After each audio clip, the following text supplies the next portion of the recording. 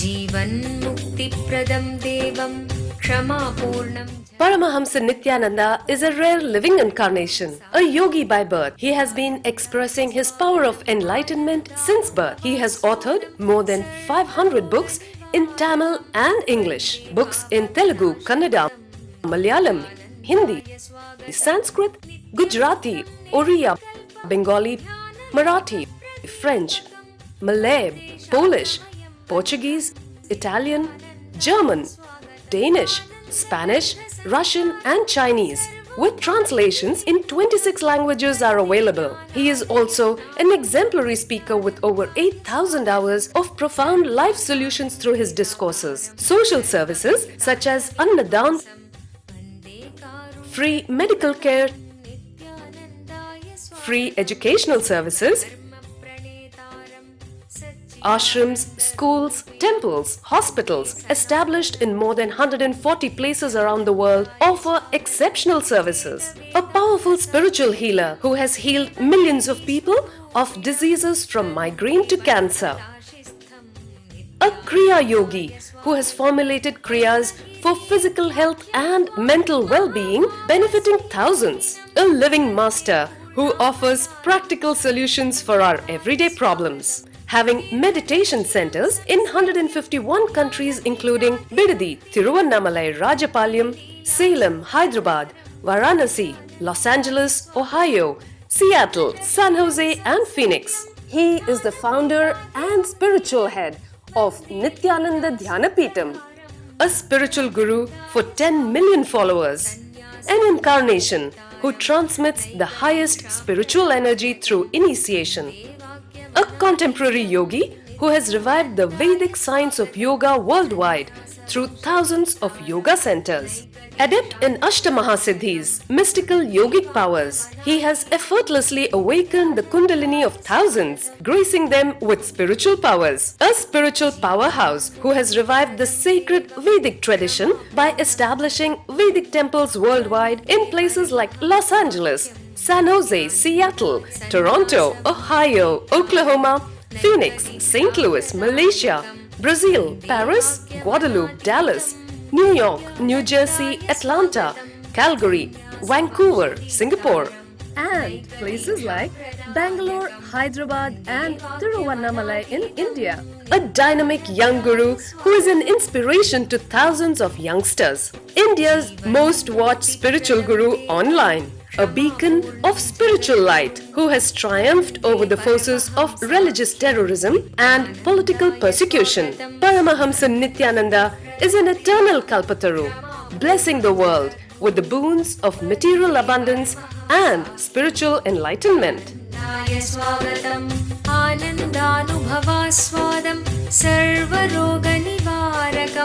Vande Papa Vinashaktam Nithyanandaya Swagatam Nityamuktam Nirvikalpam Dhyana-loka Pradipakam Vande Shantamayam Bandham Nithyanandaya Swagatam Ananda-gandha Sancharam Sarvopadhi-vinirmuktam Vande Jnanalayam Natham Nithyanandaya Swagatam.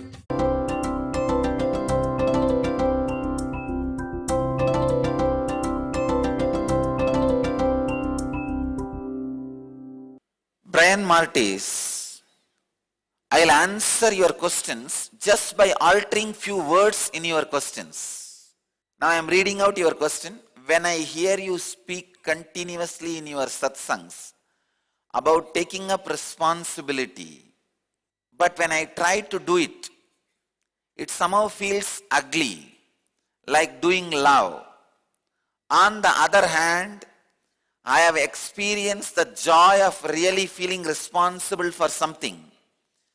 If a feeling of responsibility does not flower naturally in a certain direction, should I force it?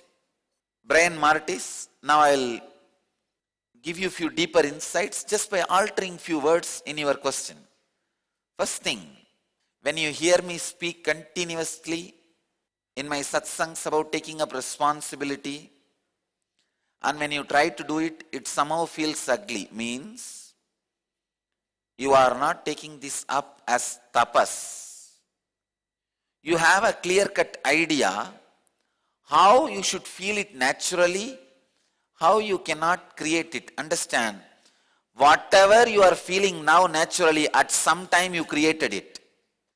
Now if you have a natural taste for sugar, you think it came by itself? No.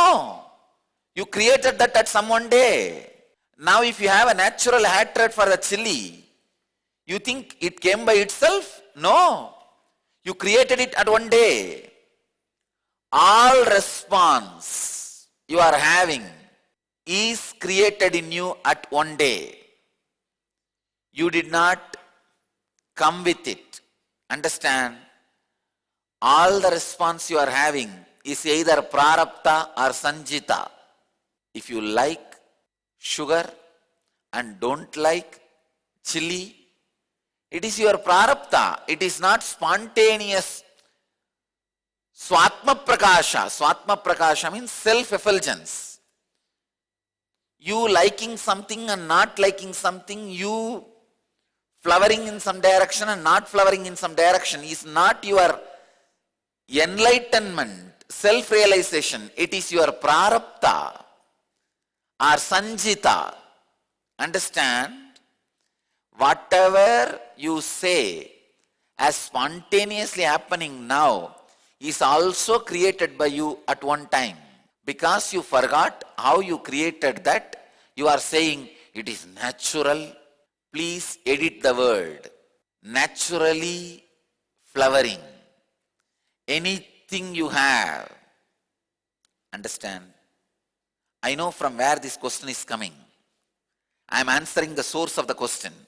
When you say, when I try to do it, it somehow feels ugly, like doing love. Understand, even your so-called making love, you learnt it by doing. Even your so-called flowing love, you learnt it by doing. Because the responses which you feel as natural has been taken up by you long before. Once upon a time, in your unawareness, you don't feel the load of those responses. Now, I am asking you to take conscious responses, conscious decisions. No, you liking the sugar is not that good for your health. So please drop that response and start a new way of response. You say, no. It is like doing love, forcing. Then when you started the pattern of enjoying the sugar, you think it has happened spontaneously as the expression of your enlightenment? No. That is again the response you picked up long ago, once upon a time. So whatever you are now, whatever you think as natural flowering in you is all nothing but the plastic flower given life. Or plastic flower shaking in the wind, showing as if it is alive. So whatever I am asking you to remove from you is not a flower, plastic flower, remove it. If it is flower, I'll never ask you to remove, I'll just wear it on my head. Because it is plastic flower, I am asking you to remove it. Just different words. I know how with these words, how many consciousness is suffering, how many people are suffering with these wrong words. There is never a thing which will be naturally flowering except enlightenment. So everything else, fake it to make it. It somehow feels ugly, like doing love means you do not want to cut your sanjita. You do not want to destroy your sanjita. You do not want to wake up from your cozy, comfortable Kerala boathouse dream. Boathouse cannot enter into ship. It can only be in the backwater. When the boathouse goes in the backwater, you are in certain cozy, comfortable feeling. You don't want to wake up from it. And how can you sail in the ocean? For ocean, you need to wake up and strengthen yourself. Doesn't want to wake up from the cozy flow of Sanjita. You are not ready to take conscious responsibility. But whatever is unconsciously constantly happened and happening in you, you wanted to call that as a natural flowering. All natural flowering will not be a reaction or response. All natural flowering will be responsibility. A response is never a natural flowering. Responsibility is a natural flowering. Anything other than responsibility, if it is happening in you, understand it is not natural flowering. So to destroy that unnatural flowering, you should forcibly take up the responsibility. That is tapas. You are asking the word, should I force it? Drop the word forcing it. I'll say, you should ask me, should I do the tapas? Yes, do this as tapas. I'll rewrite the same question. Listen. Swamiji, I hear you speak continuously in your satsangs about taking responsibility in my own way, but when I never try to do it honestly and try to only show somehow I am trying to do it, I cannot do it. When I completely believe I don't want to do it, but I need to justify to all of you that I am doing it, it somehow feels ugly, like doing love. On the other hand, I have experienced the joy of really feeling responsible, which you never experienced. You only experienced the cozy, comfortable, the Kerala boathouse backyard water ride, which is not responsibility, which is just flowing with your Sanjita karma. If a feeling of responsibility does not flower naturally in certain direction, means make it flower. Boathouse, when it flows into the ship, when it flows into the ocean, naturally feels shaken. Can boathouse say, no, no, no, can I go back to the backwater itself? Okay, go. Then you are just going to be dead. Life is expansion. Life is ocean. So, you are asking, when it does not flower naturally in certain direction, means when you do not want it to flower naturally in certain direction, should I force it? You are asking, you should ask the word, should I do this as tapas and make it happen? This is the right way of framing the question. Now you know the answer. When you frame the question in right way, you know the answer. So understand, there is no question of forcing it. There is only question of understanding and tapas. Eva Rosalind is asking, Swamiji, do you ever make mistakes or postpone things? Eva Rosalind, I feel tremendous sympathy towards your hidden ego. I can't get at the real difference between you and us.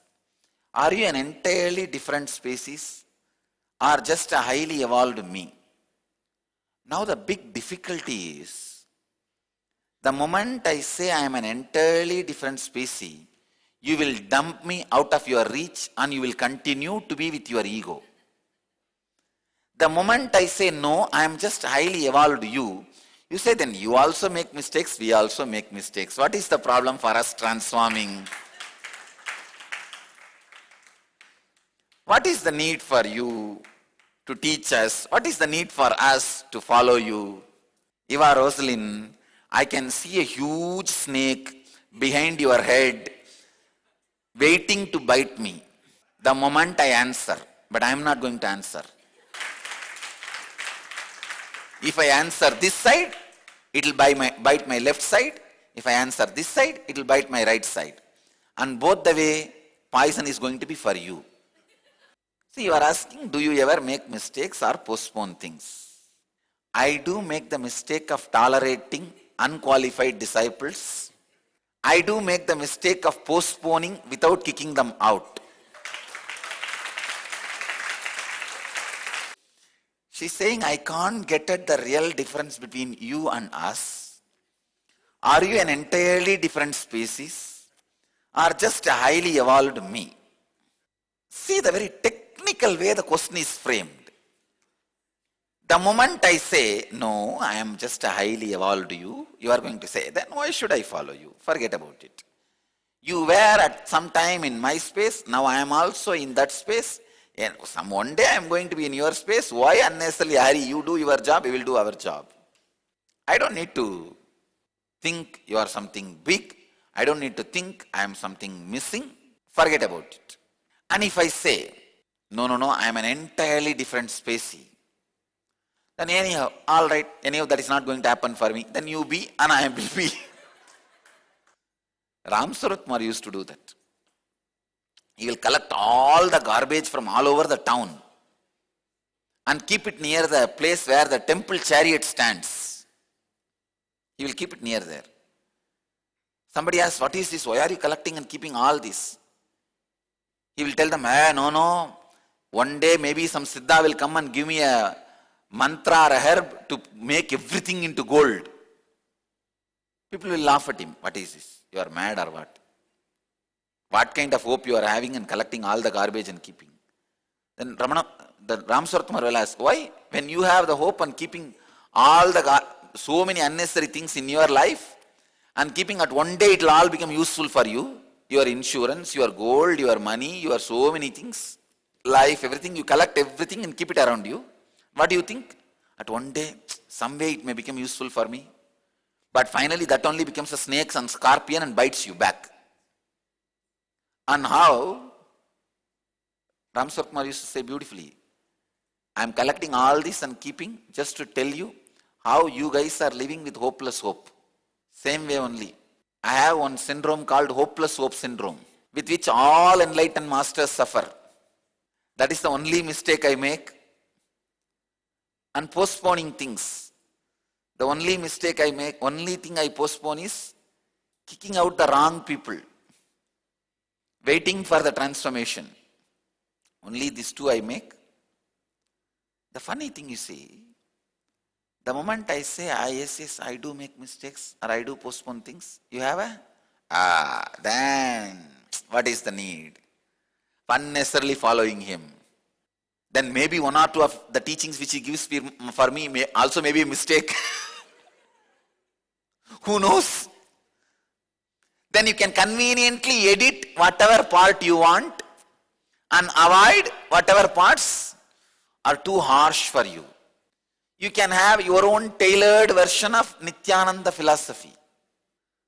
Are you an entirely different species or just a highly evolved me?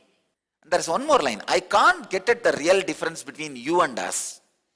If you can get, then why will there be difference between you and me? Because you can't get at the difference between you and us, me and you are me and you. The moment you can get at the real difference, there is no you and me. That is the mystery component.